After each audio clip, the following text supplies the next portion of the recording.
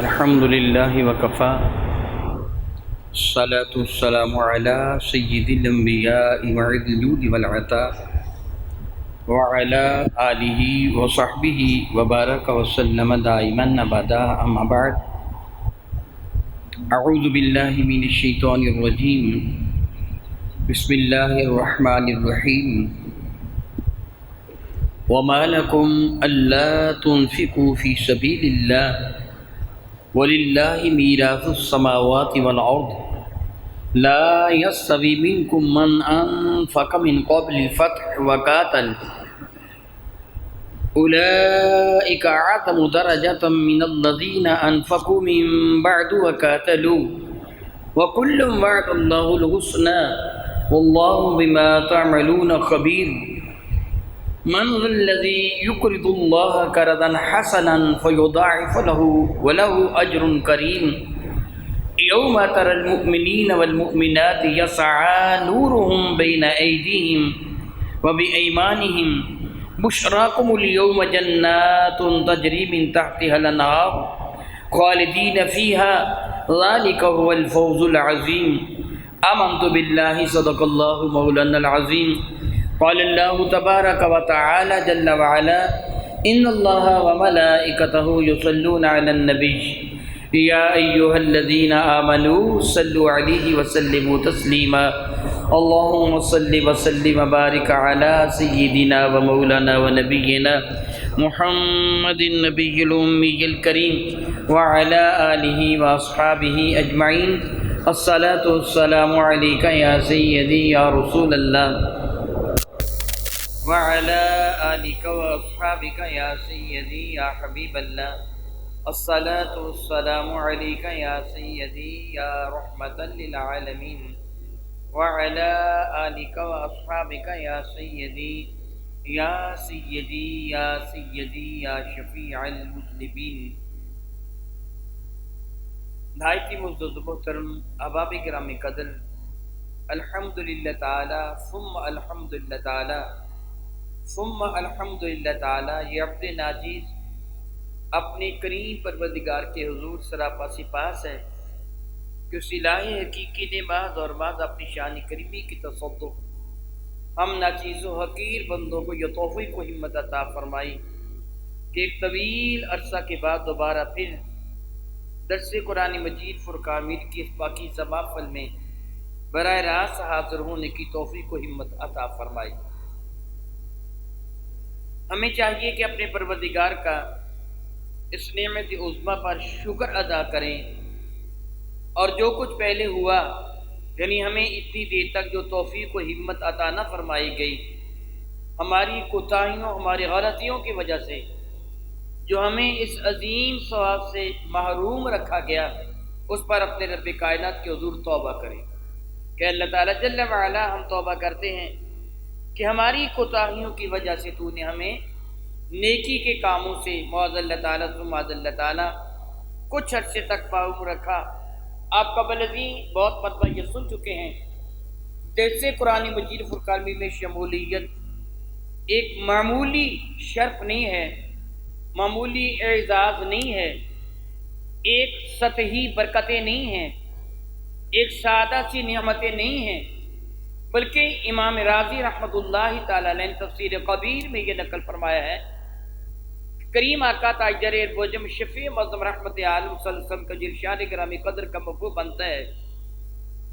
قرآن مجید فرقان امید احادیث نبویہ کا درس لینے والا، تعلیمات قرآن کریم کو حاصل کرنے والا جب اپنے گھر سے قدم اٹھاتا ہے تو رب ذوالجلال اس کی ہر قدم کے بدلہ میں 1 سال کامل کی عبادت کا ثواب اس کے نام اعمال میں درج فرما دیتا ہے۔ یہ ثواب عموماً بہت سارے نیکیوں کے کاموں میں میسر آتا ہے۔ بطور مثال صحیح حدیث سے برکہ ہے کہ جو بندہ اپنے گھر سے طہارت کر کے نماز فجر ادا کرنے کے لیے سنتیں گھر میں ادا کرے، اپنے گھر میں وضو کریں، سنتیں اپنے گھر میں ادا کریں، وہ مسجد کی جانب جائے تو جتنے قدم مسجد کی جانب اٹھا کے جاتا ہے رب کائنات اس کا ہر قدم جنت کی طرف درج فرماتا ہے۔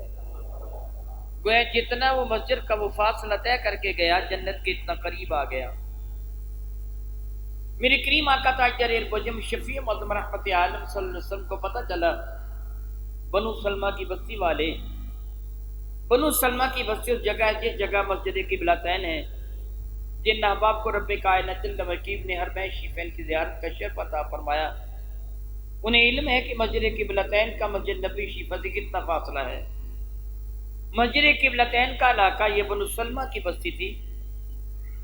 حضرت سیدنا جابر بن عبداللہ رضی اللہ تعالیٰ عنہ نبی کے مشہور صحابی، یہ اسی بستی سے متعلق تھی، اسی بستی سے تعلق رکھنے والے تھے۔ بنو سلمہ کو پتہ چلا کہ مسجد نبی شیفہ کی ہمسائیگی میں اس کے گردا گرد کچھ مکان خالی ہو رہے ہیں۔ دل میں خواہش پیدا ہوئی ان کے کہ ہم کیوں نہ مسجد نبی شیفہ کے جوار میں ہمسائیگی میں جا کر سکونت اختیار کر لیں تاکہ بارگاہ ساتھ باپ میں حاضری آسانی ہو، ہر نماز کے لیے آسانی کے ساتھ ہم مسجد نبی شیفہ میں حاضری دے سکیں۔ میرے کریم آقا تاجر البجم شفیع معظم رحمت عالم صلی اللہ علیہ وسلم کو انہیں کس پروگرام کا پتہ چلا تو آپ نے ان کو بلایا، فرمانے کہ تمہارا کیا خیال ہے کہ تم وہاں سے یہاں منتقل ہونا چاہتے ہو تاکہ چند قدم اٹھا کر مسجد نبی شیفہ میں حاضری دے دیا کرو، وہاں چند کلومیٹر کا فاصلہ طے کر کے تم مسجد کی جانب آتے ہو، زحمت ہوتی ہے بارش کے دنوں میں، آندھی کے دنوں میں، کیا تم یہ چاہتے ہو کہ تم قریب آ جاؤ اور جلدی مسجد میں آ جایا کرو؟ انہوں نے کہا یا رسول اللہ ہمارا یہی پروگرام ہے۔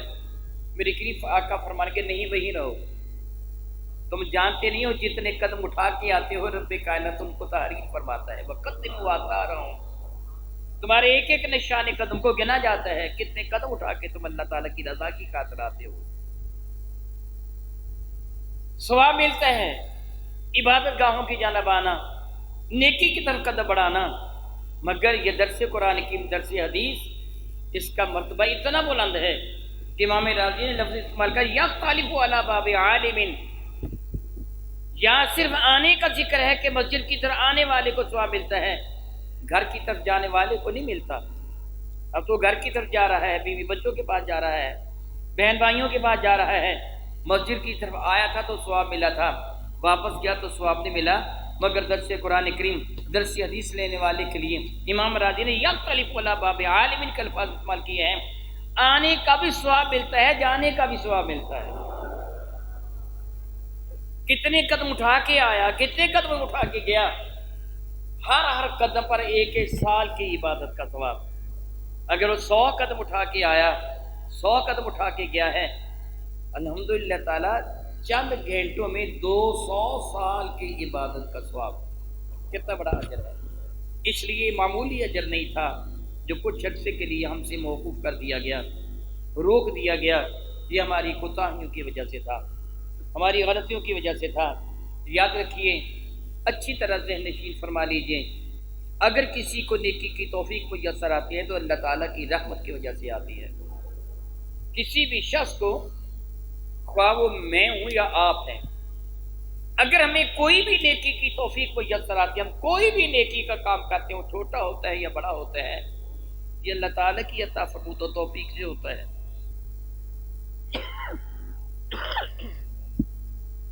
اور جو کوئی ہم سے غلطی سرزد ہوتی ہے، کوتاہی ہوتی ہے، گناہ ہوتا ہے، ہمارے شامت اعمال کی وجہ سے ہوتا ہے۔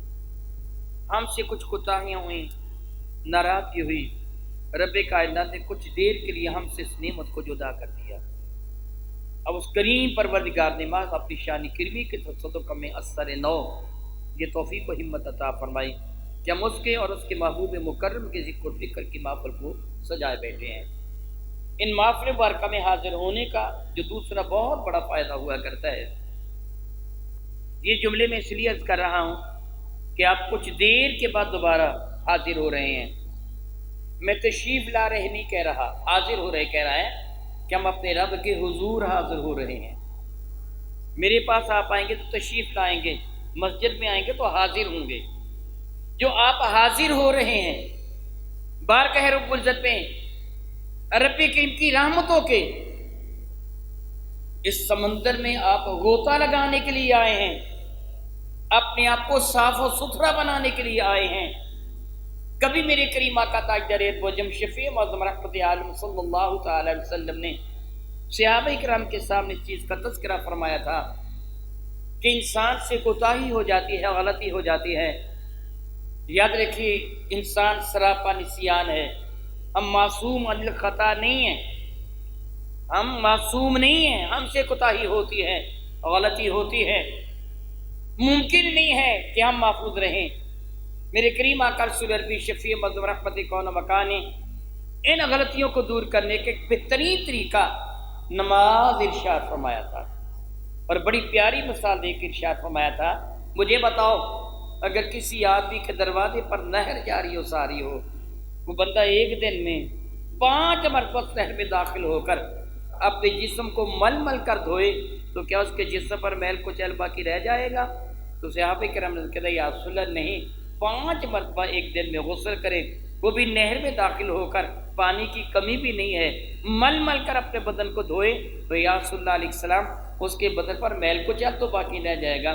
میرے قریب نے مسکرات ارشاد فرمایا یہ حال نماز کا ہے، 5 مرتبہ رب کائنات کی رحمت کے دریا میں تم غوطہ لگاتے ہو، نماز کے دوران تمہارے گناہوں کا مداوع ہوتا ہے۔ وہیں ہمیں ارشاد فرمایا جب بندے سے گناہ سرزد ہو جاتا ہے، کوتاہی سرزد ہو جاتی ہے تو اس کے آئینہ قلب پر ایک سیاہ دھبا سا بن جاتا ہے، اگر وہ توبہ کر لے تو دھبا دور ہو جاتا ہے، توبہ کی توفیق میسر نہ آئے تو دھبا بڑھنا شروع ہو جاتا ہے، آہستہ آہستہ اتنا بڑا ہو جاتا ہے کہ سارے آئینہ قلب کو وہ اپنی لپیٹ میں لے لیتا ہے، دل پر معاذ اللہ تعالیٰ سماذ اللہ تعالیٰ زنگار کی ایک طے چڑھ جاتی ہے۔ پھر میرے اور آپ کے کریم آقا رسول مرشد رحمت عالم صلی اللہ تعالی علیہ وآلہ وآلہ وسلم نے قرآن عظیم کے سایہ بارکہ کو بطور استدلال پیش فرمایا، فرماتے کہ اللہ کا ارشاد گرامی قدر برعنا علی قلوبہم، بلکہ ان کے دلوں پر زنگار کی طے چڑھی ہوئی ہے۔ رب کریم نے جو یہ ارشاد فرمایا اس سے یہی مراد ہے کہ وہ دل اس پہ زنگار کی طے چڑھ جاتی ہے، قاسیہ القلب وہ شخص ہو جاتا ہے جو گناہ سے توبہ نہیں کرتا، مسلسل گناہ کرتا چلا جاتا ہے۔ ایک اور موقع پر بارگاہ رسالت باب میں صحابہ کرام نے کہتا ہے اللہ کے نبی علیہ السلام دلوں کو اثر نو سیکل کرنے کا، روشن و تابہ کرنے کا، نکل کرنے کا، اس کو صاف کرنے کا، رینیو کرنے کا طریقہ کیا ہے؟ تو میرے کریم آقا نے فرمایا تھا اللہ تعالیٰ کا ذکر اور اللہ کے نیک بندوں کی محافل۔ جب تم وہاں حاضر ہوتے ہو وہ دلوں کا زنگار دھل جاتا ہے۔ انشاء اللہ تعالیٰ اگر رب کائنات توفیق و ہمت عطا فرمائی، تھوڑی دیر کے بعد جب آپ ذکر مبارکہ میں الحمدللہ تعالیٰ شمولیت فرمائیں گے تو پھر آپ محسوس کریں گے کہ جس طرح کوئی کھرچ کھرچ کر دل کا میل اتار رہا ہے، دل کو اثر نو اجلا بنایا جا رہا ہے، ایک مخصوص قسم کا سکون آپ کو میسر آئے گا جو رب کریم کی رحمت اور سکینہ کے نزول کی دلیل ہوگا۔ الحمدللہ تعالیٰ الحمدللہ تعالیٰ میں کریم پروردگار کا شکر ادا کرتا ہوں، اس کا وعدہ ہے لئن شکرتم لازیدنکم، اگر میری کسی نعمت کے ملنے پر تو میرا شکر ادا کرو گے، میں نعمت چھینوں گا نہیں بلکہ اس میں مزید اضافہ کر دوں گا۔ اللہ تعالیٰ یہ توفیق و ہمت ہمیں ہمیشہ عطا فرمائے رکھیں، ہم اللہ تعالیٰ کا پوری اخلاص اور محبت کے ساتھ ہمیشہ ذکر کرتے رہیں۔ میرے کریم آقا رسول اللہ سے عرض کیا گیا تھا، ایک روایت میں خود میرے کریم آقا نے ارشاد فرمایا تھا بہترین موت کون سی موت ہے؟ ایک روایت میں حضور نے صحابہ سے سوال فرمایا تھا بتاؤ بہترین موت کون سی موت ہے؟ ایک روایت پہ یہ کہ صحابہ نے سوال کیا تھا اے اللہ کے نبی ارشاد فرمائیے مرنا تو سب نے ہے، بہترین موت کس کی موت ہے؟ تو میری کریم آقا رسول اللہ نے فرمایا تھا اس حال میں تیری موت آئے کہ تیری زبان اللہ کے ذکر سے تر ہو۔ صحابہ نے کہا تھا یا رسول اللہ ہم تو سمجھتے تھے شہادت کی موت، میدان جنگ میں کفار سے مقابلہ کرتے ہوئے اپنی جان کو قربان کر دینا یہ بہت اعلیٰ موت ہے۔ آپ نے فرمایا اللہ کا ذکر؟ میرے قریب نے جواب میں ارشاد فرمایا اگر تو اللہ کی راہ میں ایسا جہاد کریں تیرا جسم لہو لہان ہو جائے، تیری تلوار ٹوٹ جائے، اس سے بہتر ہے کہ جب تیری موت ہے تو تیری زبان پر اللہ کا ذکر ہو۔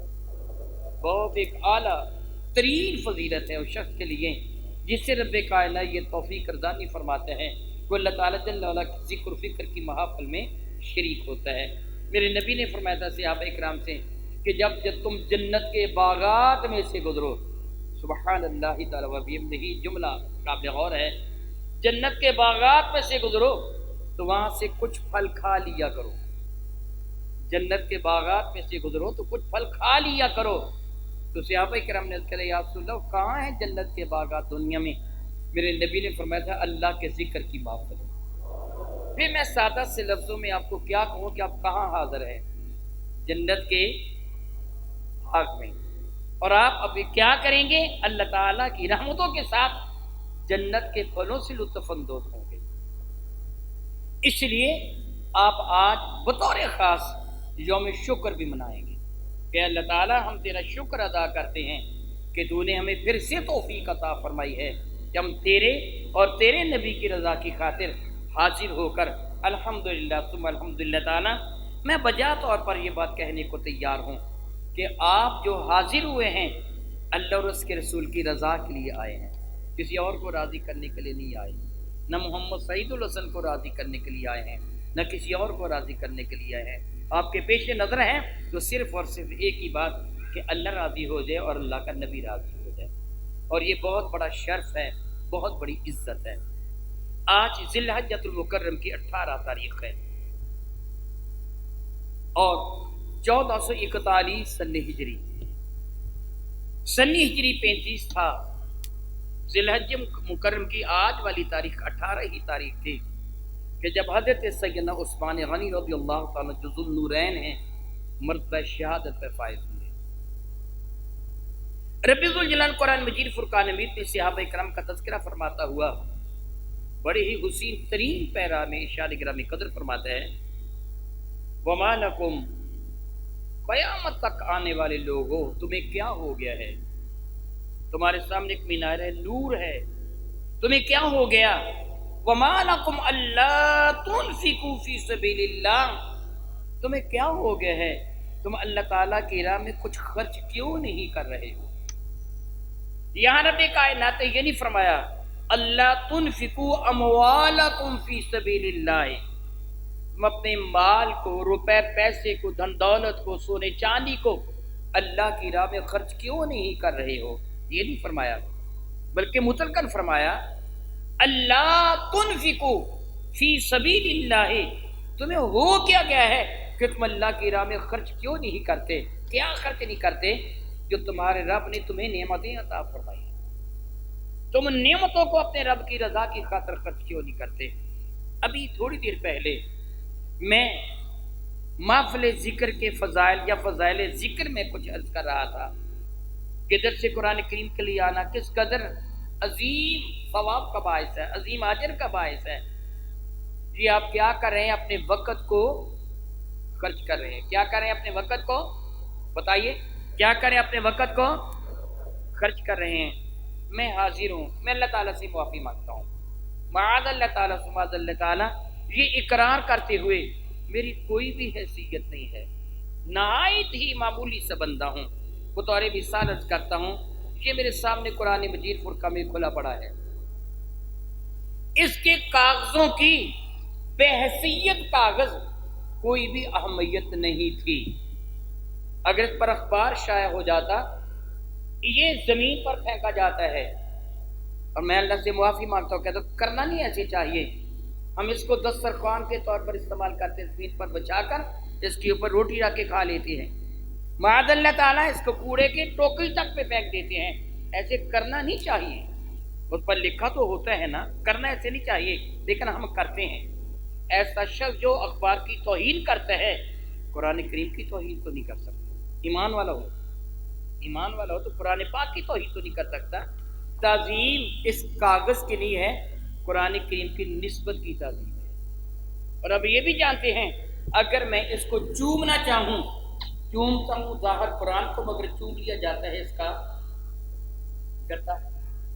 گتے کی اپنی عزت تو نہیں ہے۔ یہ عزت کیوں بنی؟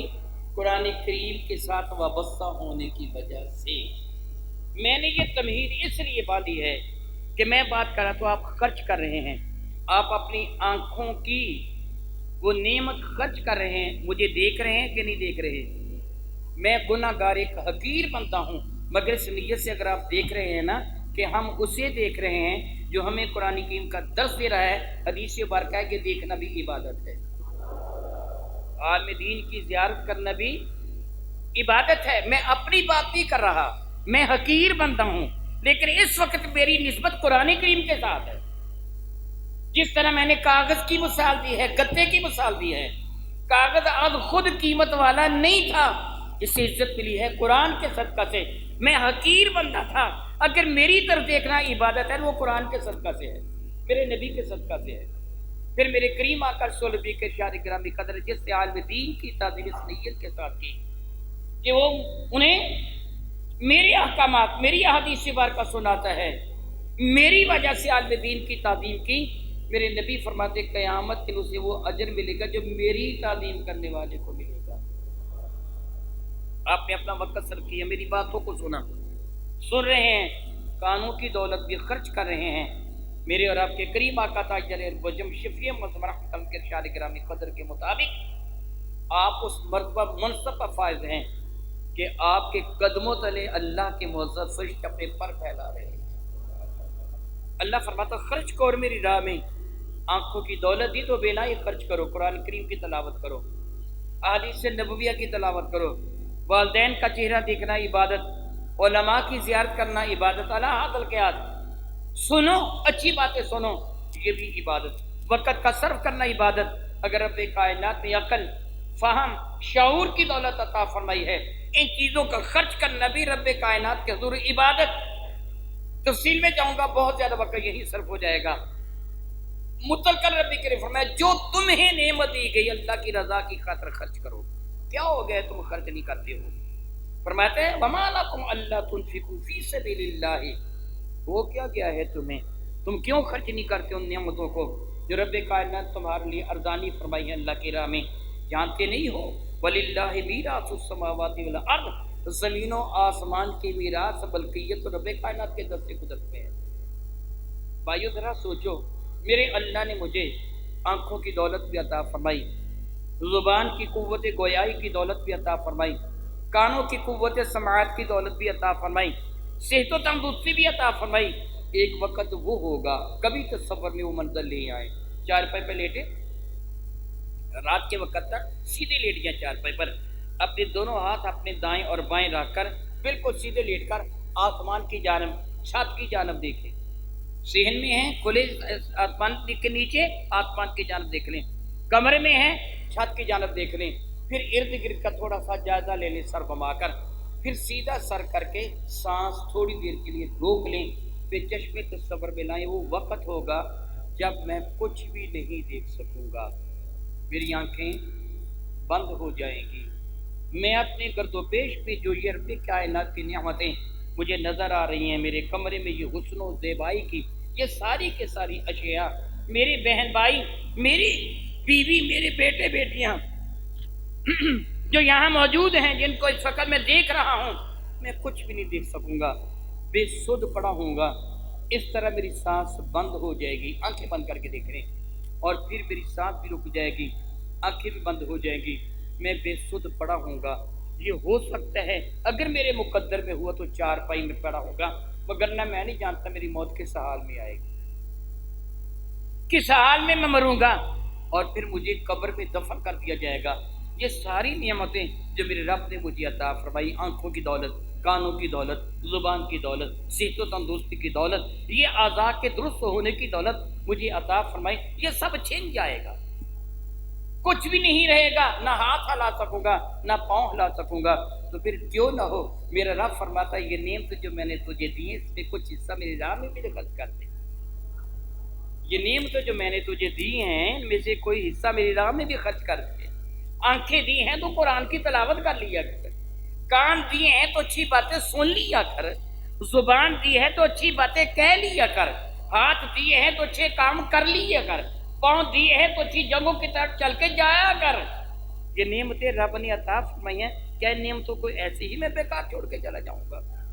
پھر میرے ہاتھوں اور پاؤں سے سوال بھی کیا جائے گا، بتا اس کی کرتوتیں کیا ہوا کرتی تھی، اگر میں اپنے ہاتھوں پر تسبیح و تحلیل کی ہوگی، میری انگلیاں گواہی دینے کی مولا یہ تو ہم پر تیرا ذکر کیا کرتا تھا۔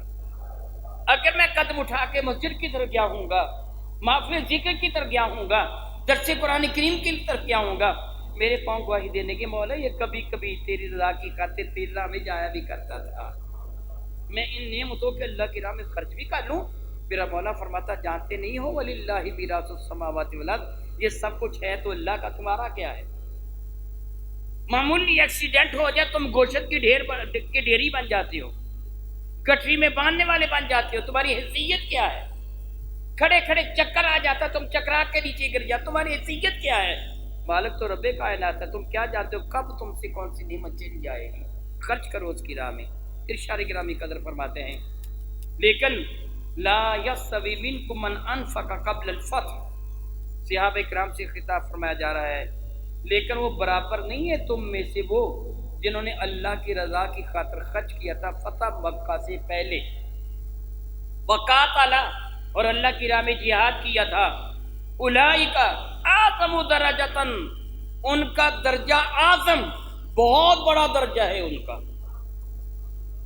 رب کریم فرماتا کل متاع دنیا قلیل، محبوب ان کو بتا دو یہ دنیا ساری کی ساری اپنے مال و متاع کے ساتھ یہ قلیل ہے۔ کیا ہے یہ؟ قلیل کا معنی کیا ہوتا ہے؟ بہت تھوڑی، فعیل کے وزن پر ہے، صفت مشبہ کا صیغہ ہے، بہت ہی تھوڑی۔ جس کو اللہ قلیل فرمائے یہ کائنات ہمارے فہم و شعور سے کہیں بڑھ کر ہے، ہم گن نہیں سکتے، نئی نئی چیزیں ایجاد ہو رہی ہیں۔ سوچو جس کو اللہ اعظم فرمائے وہ کتنی بڑی چیز ہے۔ اللہ تعالیٰ فرماتا ہے ان کے درجات اولئک اعظم درجۃ من الذین انفقوا من بعد، ان کے درجے ان سے بہت بڑے ہیں جنہوں نے فتح مکہ کے بعد خرچ کیا، وقاتلوا اور اللہ کی راہ میں جہاد کیا۔ یعنی جو پہلے صحابہ ان کے درجے بعد والوں سے بہت بڑے ہیں، اور بعد والوں کے درجے کتنے بڑے ہیں؟ ایک حدیث برکہ کا مفہوم بنتا ہے کہ میرا صحابی ایک مد، ایک پیمانہ ہے چند کلو کا، ایک مد جو اللہ کی راہ میں صدقہ کرے، غیر صحابی احد پہاڑ کے برابر ہے، کہتے ہیں احد پہاڑ پر سونا خرچ کرے تو صحابی کی برابری نہیں کر پاتا۔ احد پہاڑ 7.5 کلومیٹر سے زیادہ لمبا ہے، اونچا ہے، گہرا ہے، بڑا ہے، چوڑا ہے، اتنا سونا خرچ کرے غیر صحابی، اور میرے نبی کا صحابی ایک مد چند کلو جو وہ اللہ کی راہ میں صدقہ کرے، صحابی کا مرتبہ نہیں پا سکتا۔ ایک مرتبہ نہیں، بارہا میں بیان کر چکا صحابی کا مرتبہ۔ ابھی تھوڑی دیر پہلے میں کہہ رہا تھا عالم دین کی زیارت، ماں باپ کی زیارت حج مبرور کے برابر ثواب، تو میرے نبی کی زیارت کا عالم کیا ہوگا؟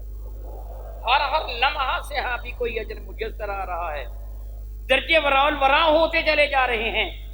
بعد والے صحابہ کا مقابلہ نہیں کیا جا سکتا۔